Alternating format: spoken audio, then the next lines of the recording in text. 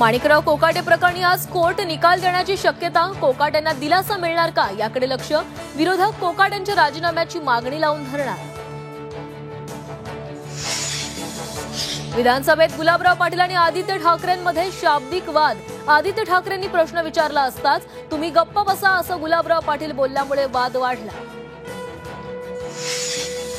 शिवरायांच्या अवमानाप्रकरणी विरोधक आक्रमक. विधान भवनाच्या पायऱ्यांवर हातात बॅनर घेत घोषणाबाजी करत विरोधकांचं आंदोलन.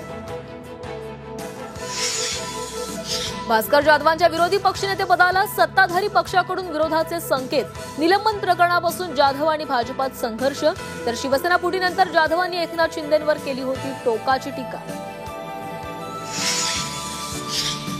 महायुतीच्या समन्वय समितीच्या बैठकीत विधिमंडळ समितीचा फॉर्म्युला अखेर ठरला.